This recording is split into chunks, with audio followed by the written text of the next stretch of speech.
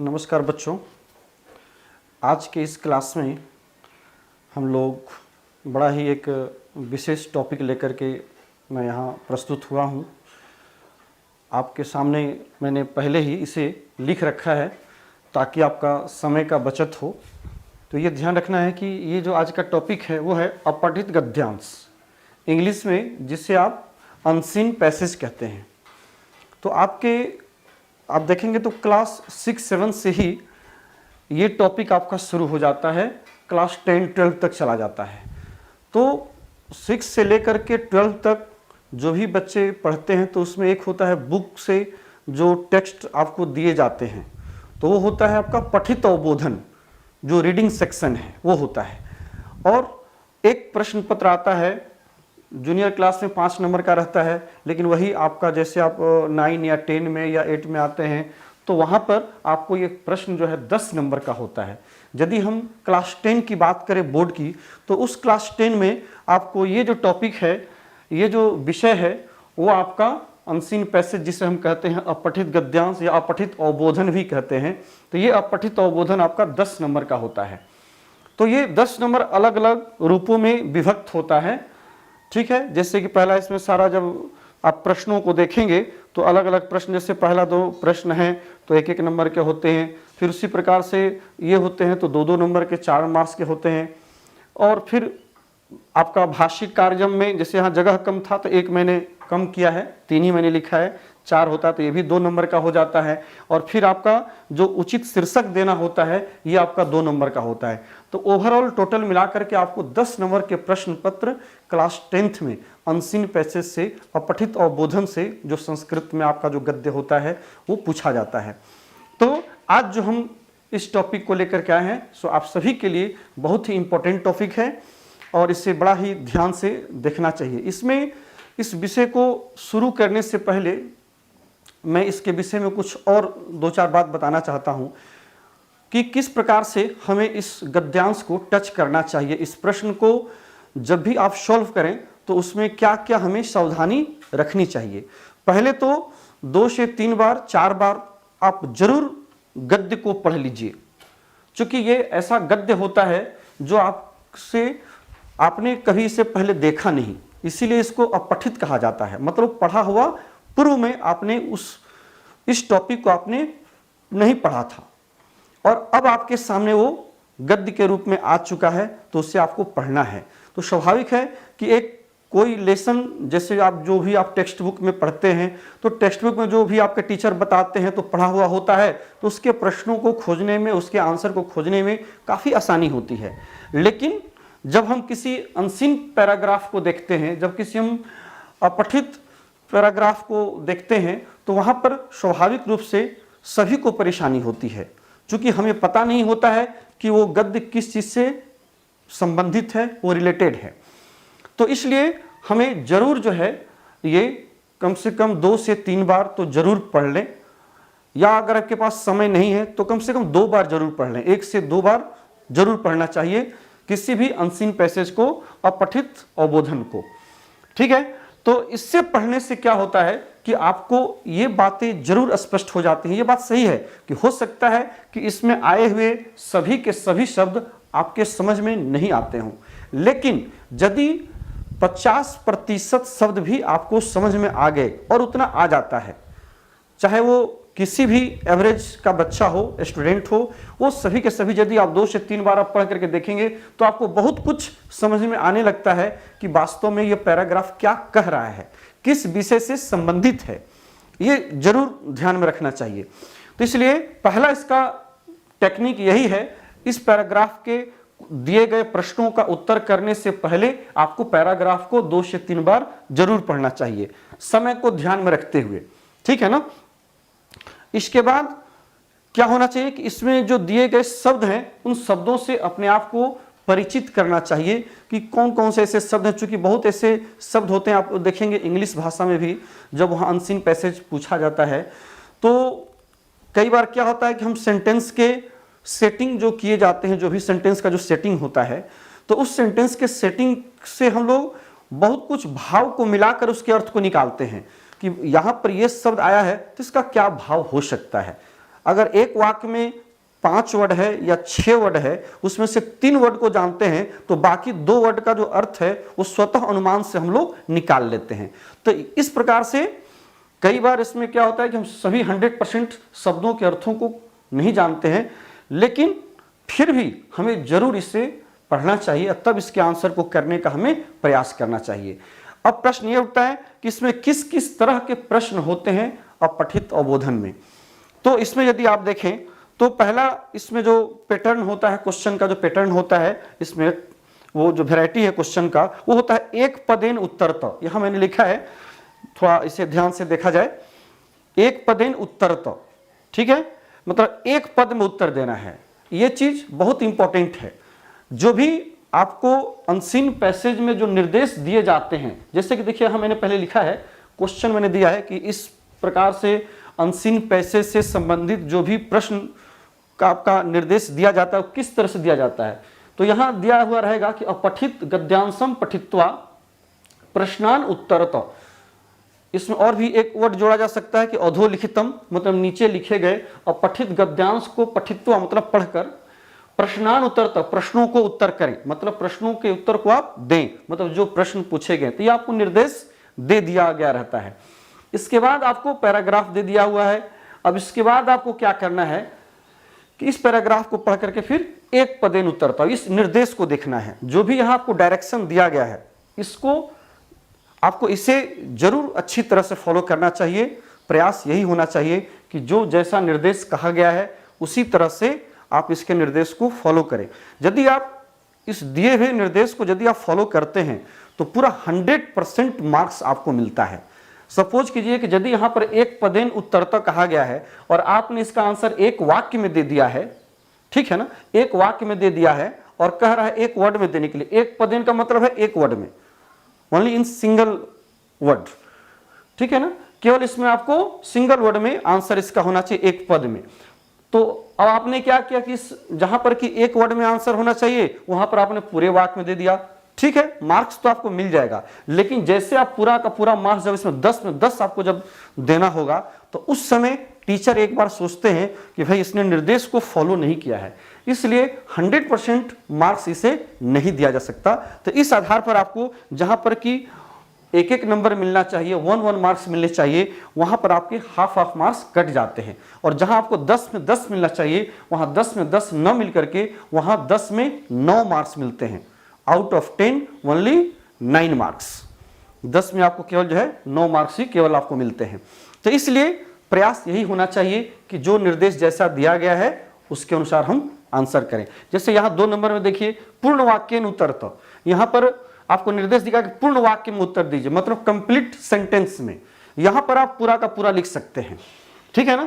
तो पूरा का पूरा आपको यदि अब कहा गया जैसा प्रश्न है उसके अनुसार हर एक प्रश्न का उत्तर आपको पूरे सेंटेंस में देना चाहिए, ठीक है।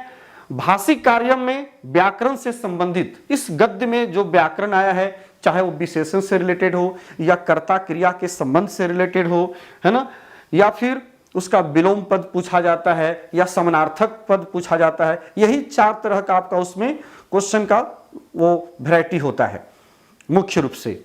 तो वो आपको यहां दिया हुआ है, जैसे जैसे इसको हम लोग भी सॉल्व करेंगे वैसे वैसे आपको समझ में आएगा। और लास्ट जो चौथा क्वेश्चन होता है 2 नंबर का, वो होता है शीर्षक देने के लिए। मतलब ये पूरे पैराग्राफ को इसलिए आपको कहा गया कि यदि आप पूरे पैराग्राफ को पढ़ते हैं तो आपको ये बात जरूर समझ में आ जाती है कि ये टॉपिक किस विषय से संबंधित है।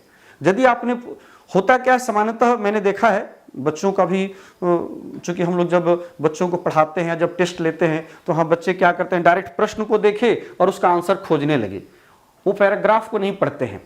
ये गलत तरीका है। पैराग्राफ को जरूर पढ़िए। जब पूरा पैराग्राफ पढ़िएगा तो आपका शीर्षक भी इसमें समझ में आ जाएगा कि ये जो गद्य दिया गया है वो गद्य किस चीज से संबंधित है और वही उसका शीर्षक होता है। जिस टॉपिक से मान लो किसी महापुरुष की जीवनी से संबंधित कोई विशेष बातें उसमें बताई गई है तो उस महापुरुष का वहां नाम हो जाएगा। मान लो महात्मा गांधी के विषय में बताया गया कि महात्मा गांधी बहुत माने विद्वान थे, उनका जन्म ये हुआ, उनकी मृत्यु ये हुई, उन्होंने क्या क्या किया, तो इस तरह से जो भी, तो इससे क्या पता चला कि ये सारी बातें जो बताई गई हैं वो महात्मा गांधी से संबंधित बताई गई है तो उसका शीर्षक महात्मा गांधी होना चाहिए। विद्यालय से संबंधित कुछ बातें की गई हैं तो पूरा उसमें विद्यालय का वर्णन है, मतलब उसका जो टॉपिक होगा वो विद्यालय होगा। तो ये तब पता चलेगा आपको जबकि पूरे पैराग्राफ को आप पढ़ेंगे। ठीक है, अब चलिए हम इसके पैराग्राफ को एक बार पढ़ते हैं और फिर इसके बाद एक एक इसके प्रश्न के उत्तर को हम लोग देखेंगे। प्रयास यही होगा कि किस तरह से, कौन सा ऐसा उसमें ट्रिक है जिस ट्रिक से हम लोग अपने आंसर को सहूलियत से, आसानी से खोज सकते हैं। पहले एक बार मैं इसके पैराग्राफ को मैं पढ़ दे रहा हूं। क्रोधः मनुष्यस्य महान शत्रु। क्रोध मनुष्य का महान शत्रु है। मैं साथ साथ इसके मीनिंग को भी मैं जरा एक बार समझाते चल रहा हूं ताकि आपको समझ में एक बार आ जाए प्रश्न का उत्तर करने के लिए।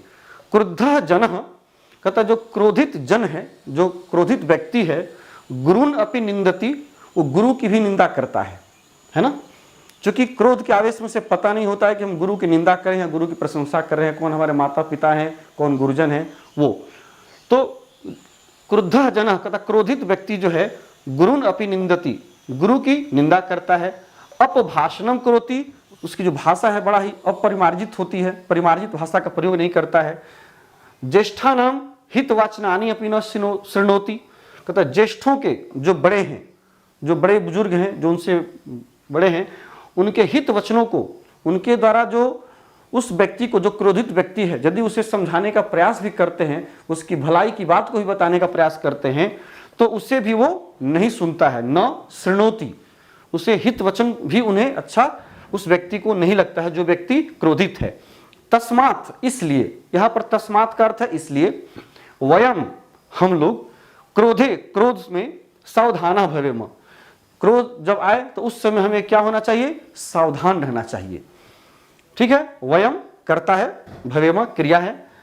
यदि क्रोध आगच्छति, यदि क्रोध आता है, यदि क्रोध आगच्छति तदा, तब, तस्मिन एव क्षणे, तस्मिन उसी समय, तस्मिन एव क्षणे उसी क्षण, उस समय जब आपको क्रोध आता है, मौनम धारणीयम, तो व्यक्ति को क्या कर लेना चाहिए, मौन धारण कर लेना चाहिए, मतलब शांत हो जाना चाहिए, अपने विचारों को नियंत्रित करने का प्रयास करना चाहिए। वही कहा कि मौनम धारणीयम, मौन धारण कर लेना चाहिए, चुप हो जाना चाहिए। मौनेन, मौन धारण करने से, चुप होने से, मन शांतम भवति, मन जो है वो शांत हो जाता है। जो क्रोध में, जो आवेश में जो मन काफी अशांत रहता है वो शांत हो जाता है। वाणी अपि नियंत्रिता भवति, जो उस समय क्रोध से जो आपका जो अपभाषण निकल रहा था, जो गलत बातें आपके मुखार बिंदु से निकल रही थी, वो भी क्या हो जाती है, वो भी उसके ऊपर आपका कंट्रोल हो जाता है, वो भी आपकी जो है वो नियंत्रित हो जाती है। आपकी वाणी उस समय नियंत्रित हो जाती है जब आपका मन शांत होता है। ईदृशे काले, ऐसे काल में, ऐसे समय में, किंचित पुस्तकम गृहीत्वा, कुछ पुस्तक को लेकर के, पठेम, पढ़ने का प्रयास करना चाहिए, हमें पढ़ना चाहिए ताकि आपका जो मन है वो थोड़ा सा डाइवर्ट हो जाए, दूसरी तरफ मुड़े, ताकि आपका मन को और सुकून, शांति मिल सके। वही कहा कि किंचित पुस्तकम अपि गृहीत्वा, कुछ पुस्तक को लेकर के पढ़ना चाहिए। कोपात सर्वदा आत्मानम रक्षेम, और इस प्रकार से, कोप से मतलब क्रोध से, सर्वदा सदा ही अपने आप की रक्षा करनी चाहिए। ये पैराग्राफ है जो कि मैंने अर्थ के साथ आपको बताया। अब इस पर कुछ प्रश्न जो पूछे गए हैं उसको उसी तरह से हम लोग आंसर करेंगे। क्योंकि जगह तो यहाँ है नहीं तो पहले प्रयास करेंगे कि यहाँ पर इसके आंसर को यहाँ दे दें, फिर इससे हम साफ करके अगला आंसर इसके साथ करते चलेंगे। तो इसमें कहा एक पद में उत्तर देना है। पहला का प्रश्न है क्रोधे आगते किम धारणीयम। ठीक है, क्रोधे आगते। और सपोज कीजिए कि हमें इस प्रश्न का उत्तर पता नहीं चल रहा है कि क्या कह रहा है। जरूर एक से दो बार आप देखेंगे तो ऐसा नहीं कि नहीं आपको पता चलेगा। तो क्रोधे आगते, क्रोध आगते आने पर, किम क्या, धारणीयम क्या धारण करना चाहिए। तो इस पैराग्राफ को हम लोगों ने आगे पढ़ा था। अब देखिए कम से कम जो क्रिया है, इस क्रिया से आप जरूर पकड़ लेंगे कि ये क्या पूछ रहा है। तो पूरे वाक्य को देखिए कहां पर ये वाक्य संबंधित है, रिलेटेड कहां पर है। तो पूरे वाक्य को यदि आप पढ़ेंगे, हित वचनानि अपि न शृणोति तस्मात् वयं सावधानः भवेम, यदि क्रोध आगच्छति तदा तस्मिन् एव क्षणे मौनम धारणीयम। देखिए धारणीयम, धारणीयम, ये दोनों एक समान क्रियापद यहाँ आया है। तो यहाँ से हम अब क्लियर है क्या धारण करना चाहिए, तो यहाँ दिया है मौनम धारणीयम, मौन को धारण करना चाहिए। और आपने प्रश्न निर्माण का काफ़ी आपने प्रश्न निर्माण के विषय में अपने काफ़ी कुछ पिछले वीडियो में सीखा भी है। तो आप देखिएगा जब किम है ना, तो किम जो विशेषण बनकर आया है वो मौनम का आया है। चूंकि मौनम शब्द भी नपुंसकलिंग में प्रयुक्त है तो इसलिए किम इसके लिए आया है। यदि यहाँ पर पुल्लिंग रहता तो यहाँ पर कह रहता। तो मौन को धारण करना चाहिए, तो यहाँ इसलिए जो है इससे भी आप मिला सकते हैं किम का संबंध मौनम के साथ है। ठीक है, तो इसका जो पहला का जो आंसर होगा वो हो जाएगा आपको मौनम। यहां लिखते हैं मौनम, अलग कलर में इसका मैंने आंसर किया है ताकि पता चले। मौनम पहला का, ये फर्स्ट का जो है आंसर। क्वेश्चन नंबर हमेशा ठीक से बैठाना चाहिए। जैसे यहाँ पर 1 का है तो यहाँ 1 का देके पहला आंसर मौनम। दूसरा है क्रुद्ध जन केसाम हित वचनानी न शृणोति। क्रुद्ध जन जो क्रोधित जन है, केसाम ये पूछ रहा है प्रश्न, प्रश्नवाचक शब्द ये है केसाम, मतलब किसका हित वचन नहीं सुनता है। तो मेन आपका क्वेश्चन ये है केसाम। यहां पर क्या था, किम था, ये प्रश्नवाचक शब्द है। इसी प्रश्नवाचक शब्द के आंसर को आपको गद्य से ही खोजना है।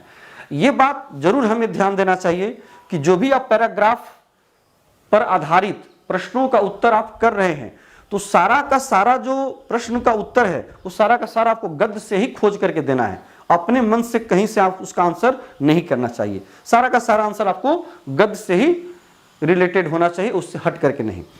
तो यहां पे देखिए केसाम, कहता केसाम हित वचनानी न शृणोति, किसके हित वचनों को नहीं सुनते हैं। फिर आप पैराग्राफ पढ़े हैं तो आप यदि 2 बार 3 बार पढ़े रहेंगे तो इसके आंसर को जल्दी जल्दी आप खोज सकते हैं। यदि आपने एक बार पढ़ा है तो बहुत सारी बातें आपके दिमाग में नहीं बैठी होती हैं, इसलिए कहा जाता है कि इसको 2 से 3 बार जरूर पढ़ें।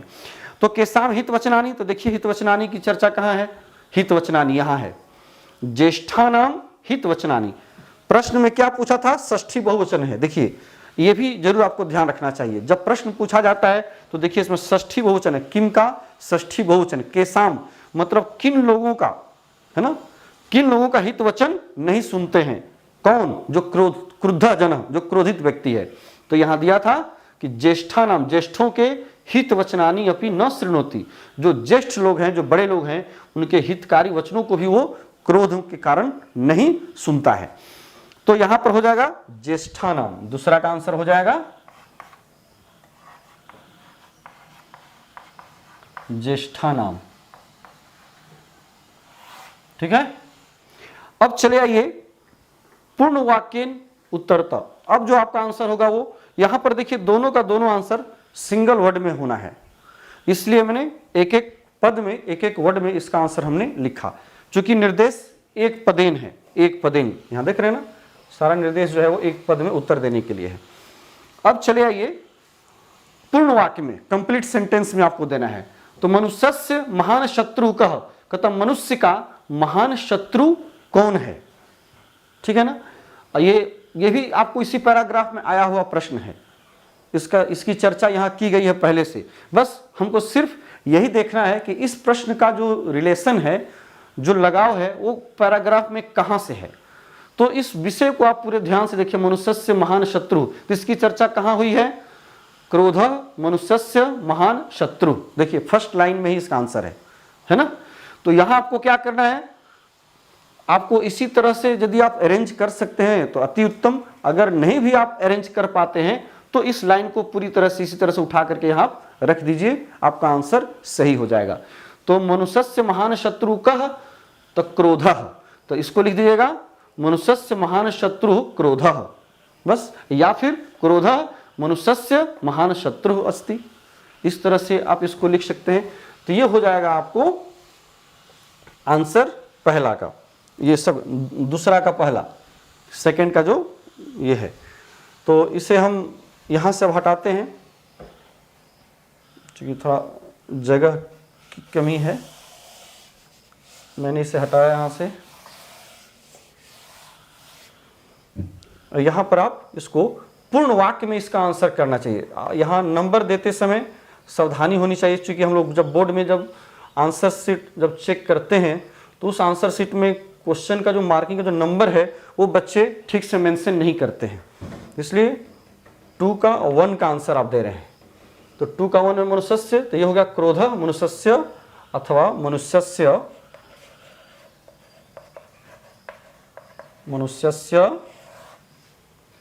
महान शत्रु, मनुष्यस्य महान शत्रु क्रोधः। ये आपका सही आंसर हुआ। तो ये जो आंसर है दूसरा का कहा पूर्ण वाक्य में लिखने के लिए, इसलिए हमने इसको पूर्ण वाक्य में लिखा।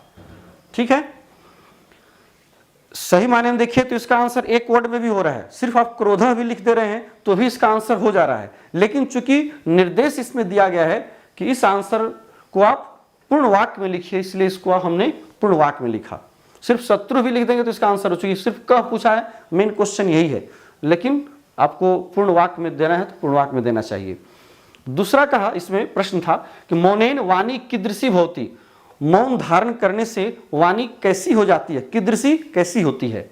ठीक है, तो अब इसके आंसर को आप यहाँ देखिए कि मौन धारण करने से, यहाँ हम लोगों ने पढ़ा था एवच्छने मौनम वाणी अपि नियंत्रिता भवति, मौनेन मौन धारण करने से मनः शांतम भवति, मन शांत हो जाता है, वाणी अपि नियंत्रिता भवति। तो यहाँ वाणी के विषय में पूछ रहा है, हालांकि इस लाइन का संबंध इससे पहले वाले लाइन के साथ है।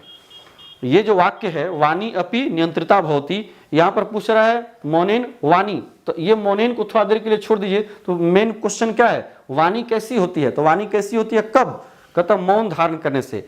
तो इससे पहले एक और वाक्य आया है मौनेन मनः शांतम भवति, मौन धारण करने से मन शांत होता है और वाणी भी नियंत्रित होती है। तो हमें मौनेन मन की बात नहीं बतानी है, यहाँ पर मन शांत होता है इसकी चर्चा नहीं है, सिर्फ यहाँ पर चर्चा क्या चीज का है, यहाँ पर चर्चा है सिर्फ वाणी की, कि उस समय क्रोध में जो वाणी की जो स्थिति होती है वो कैसी हो जाती है, जब मौन धारण करने से जब मन शांत होता है तो नियंत्रित होती है। तो आपको सिर्फ लिखना था नियंत्रिता, तो इस वाक्य को आपको लिखना है वाणी अपि नियंत्रिता भवति।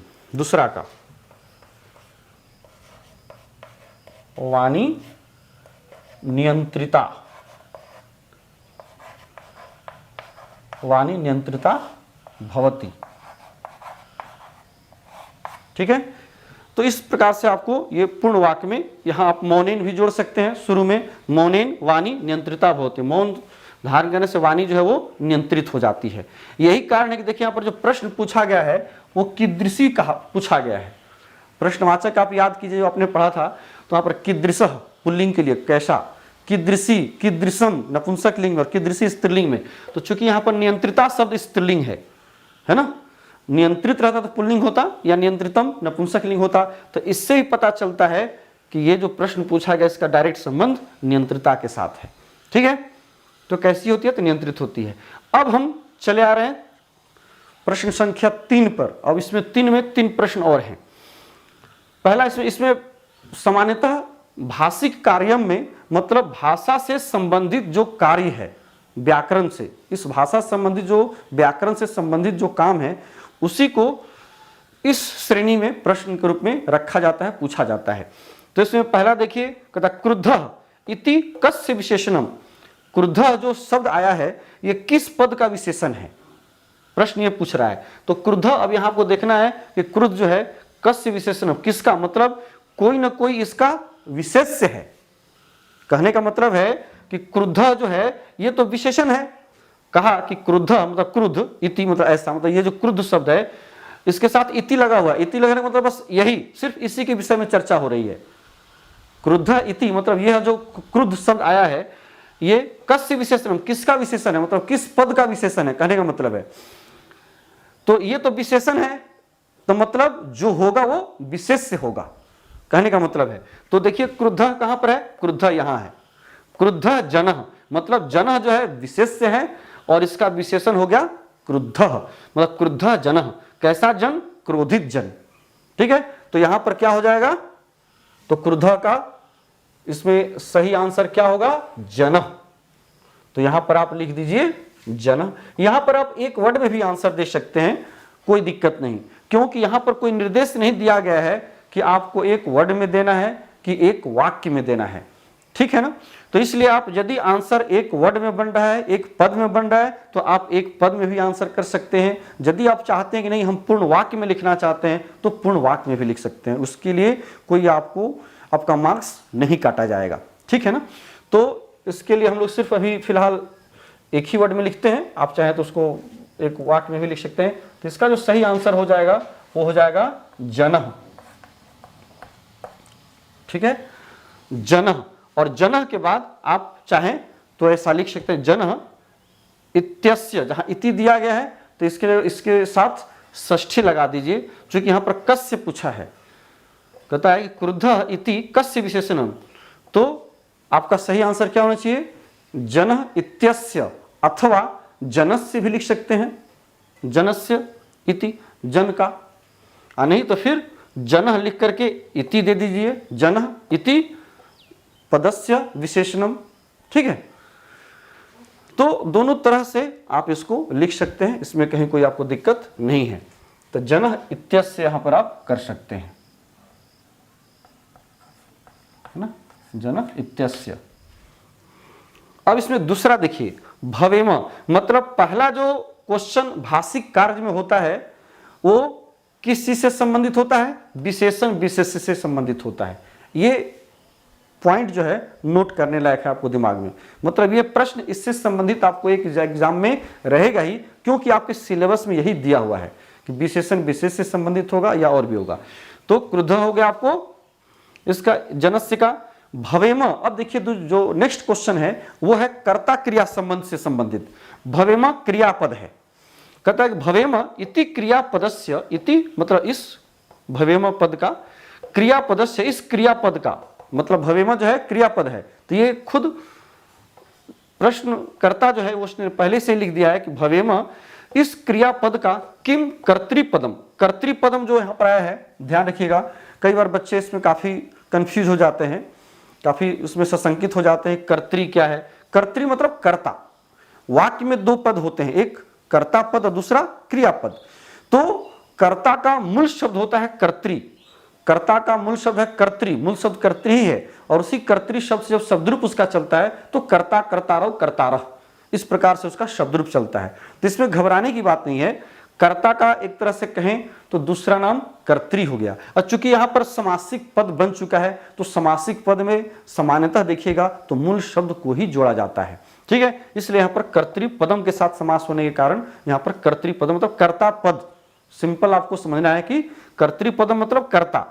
गद्यांश से प्रयुक्तम, गद्यांश में कौन सा प्रयुक्त हुआ है, कहने का मतलब है भवेम जो क्रिया है, ये जो भवेम क्रिया है, इस भवेम क्रिया का इस पैराग्राफ में गद्यांश से, है ना, प्रयुक्तम, किम प्रयुक्तम, कहता क्या प्रयुक्त हुआ है, इस भवेम क्रिया का कर्तृपद इस गद्यांश में किम प्रयुक्तम, क्या प्रयुक्त हुआ है, तो आपको बताना है। तो इसमें मतलब सिंपल है कि इसका कर्ता कौन सा है। तो कर्ता यहां पर देखिए भवेम क्रिया कहां है, पहले तो भवेम क्रिया को देखना है, भवेम क्रिया यहां है, भवेम। अब भवेम का कर्ता देखिए, यहां देखिए वयम, वयम है, वयम कर्ता है और इसकी क्रिया क्या है, भवेम। तो जैसे कहा कि भवेम इति क्रियापद से, भवेम इस क्रियापद का कर्तृपद क्या है, तो कर्तृपद सामान्यतः पहले यहां देखिए तो वयम हो गया, है ना। यही कारण है कि अहम अवाम वयम, उत्तम पुरुष में कर्ता है, इसलिए क्रिया भी जो है उत्तम पुरुष बहुवचन की है, क्योंकि कर्ता भी उत्तम पुरुष बहुवचन में है, इसलिए क्रिया भी उत्तम पुरुष बहुवचन की है ना, विधिलिंग लकार में, ठीक है। तो यहां पर हम क्या लिखेंगे, इसका आंसर वयम लिखेंगे। यहां पर गद्यांश से कौन सा क्या प्रयुक्त हुआ है, तो हुआ है यहां पर वयम, तो यहां पर आपको वयम देना चाहिए, ठीक है। यहां पर वास्तव में अनुस्वार नहीं देकर, क्योंकि अब सिंगल वर्ड है, जब इसके बाद कोई शब्द नहीं होता है तो म हलंत करके आंसर देना चाहिए, वयम, है ना, ठीक है। तो इस प्रकार से दोनों तरह से आपके इस प्रश्न को पूछा जा सकता है, कर्ता के क्रिया के रूप में भी और क्रिया का कर्ता के रूप में भी। अब हम नेक्स्ट क्वेश्चन पर आते हैं, वो है तीसरा, कहता असावधानः इति पदस्य किम विलोम पदम अत्र प्रयुक्तम। कहता कि असावधानः ये अलग से दिया हुआ है, कहता कि असावधान यह जो पद है, इस पद का विलोम पद मतलब विपरीतार्थक, विलोम, विलोम मतलब होता है विपरीतार्थक, एंटोनिम्स जिसको हम लोग कहते हैं। तो विलोम पद यहां पर कौन सा प्रयुक्त हुआ है? तो आप यदि देखिए तो इसका विलोम पद कौन सा है विपरीतार्थक? तो सावधाना, ये आया है। सावधाना जो पद आया है वो सावधान का उल्टा क्या हुआ, विपरीत क्या हुआ? असावधान। तो ये पहले से असावधान दे दिया और कहा कि इसका इस गद्य में खोज करके बताइए कि इसका विपरीतार्थक मतलब असावधान का विपरीत वर्ड एंटोनिम्स क्या है? तो सावधान है। तो यहां पर आपको सावधान लिख देना चाहिए, ठीक है। तो ये आपका आंसर हो जाएगा, असावधान का सावधान, यहां लिख देते हैं सावधान, सावधाना है तो सावधाना, ठीक है ना। तो सावधाना इति पदस्य विलोम पदम अत्र प्रयुक्तम, चाहे तो इसे भी आप बाकी वर्ड को लिख सकते हैं। अब चलिए ये चौथा, एक इसमें और प्रश्न पूछा जाता है, ये तो विपरीतार्थक शब्द हुआ, एक इसमें और वैरायटी आता है क्वेश्चन का, समानार्थक पूछता है। कहेगा कोई वर्ड दे दिया जाएगा, जैसे इसमें आप खुद ही आप देखें तो पूछा सकता है, जैसे यहां पर देखिए दिया है कोपात, है ना, कोपात दिया है। और इसी प्रकार से यहां पर मान ले क्रोध है तो हो सकता है क्रोधात कहीं रहे, तो कहेगा कि एक दूसरे का जो है समानार्थक शब्द कौन सा है ना, एक दूसरे का समानार्थक शब्द कौन सा है? तो मान ले क्रोधात है तो कोपात है, कोपात और क्रोधात एक तरह का समानार्थक शब्द हो जाएगा। तो इस तरह से पूछा जाता है। हालांकि यहाँ पर क्रोधात नहीं दिया हुआ है, तो और भी यदि कोई ऐसा वर्ड जो कि एक दूसरे में इसमें समान वर्ड रहता है तो उस समानार्थक शब्द को यहाँ से चुनने के लिए दिया जाता है, ठीक है। अब चलिए ये लास्ट जो इसमें टॉपिक होता है फोर्थ में, वो होता है इस शीर्षक को पढ़ करके, कहता अस्य अनुच्छेदस्य कृते, इस अनुच्छेद के लिए, अस्य मतलब इसके, मतलब इसके लिए, इस अनुच्छेद के लिए, कृते मतलब लिए, तो इस अनुच्छेद के लिए उचित शीर्षकम संस्कृते लिखता, उचित शीर्षक जो है आपको संस्कृत में लिखना है। यह प्रश्न जो है आपको 2 नंबर का रहता है एग्जाम में, सिर्फ 2 मार्क्स सिर्फ आपको शीर्षक देने पर रहता है। कई बार हम लोग जब बोर्ड में जब कॉपी चेक करते हैं या अपने स्कूल में भी, अपने विद्यालय में जब कॉपी चेक करते हैं तो बच्चे जो आंसर करते हैं तो वहाँ पर क्या करते हैं, पूरा पैराग्राफ ही उठा करके लिख करके रख देते हैं, जबकि ये गलत तरीका है। उसमें आपको शीर्षक, शीर्षक मतलब आपका एक 2 से 3 वर्ड 4 वर्ड काफ़ी है ना, अधिक से अधिक एक वाक्य तक का हो सकता है। ये नहीं कि पूरा हम पैराग्राफ ही, आधा पैराग्राफ उतार करके रख दिए या 3-4 लाइन उतार करके रख दिए, वो नहीं होता है। आपने चूंकि पैराग्राफ को पहले से पढ़ रखा है तो आपको पता होना चाहिए कि सारी बातें जो कही गई हैं वो किस चीज के विषय में कही गई हैं, वो किससे रिलेटेड कही गई हैं, वही उसका निचोड़, मतलब पूरा पैराग्राफ पढ़ने के बाद क्या उसका निष्कर्ष निकल रहा है, क्या उसका निचोड़ है, किससे वो संबंधित है, वही उसका शीर्षक होता है। तो यहां जो है आप यदि पूरे पैराग्राफ को आप देख लें तो इसका जो मूल बिंदु है, इसका जो मूल जो केंद्र बिंदु है वो किस पर आधारित है? क्रोध पर आधारित है। सारी बातें क्रोध के विषय में कही गई हैं कि वास्तव में अगर क्रोध जो है मनुष्य का सबसे बड़ा शत्रु है। जो क्रोधित व्यक्ति होता है वो अपने गुरु की भी निंदा करता है, अपभाषण करता है, बड़ों के हित वचन को नहीं सुनता है। तो ये सारी बातें जो संबंधित, इतनी सारी जो बातें कही गई लास्ट तक, वो सभी का सभी किससे संबंधित है? क्रोध से संबंधित है। तो मतलब इसका शीर्षक क्या होगा? क्रोध हमें नहीं करना चाहिए, है ना, या क्रोध महान शत्रु। इससे मतलब क्रोध से संबंधित आपको जो उचित वाक्य बन सके, जो उचित शीर्षक बन सके, उसे जरूर बना करके आप लिखें, उसमें आपको मार्क्स मिल जाएंगे। तो इसका यदि आप शीर्षक दें,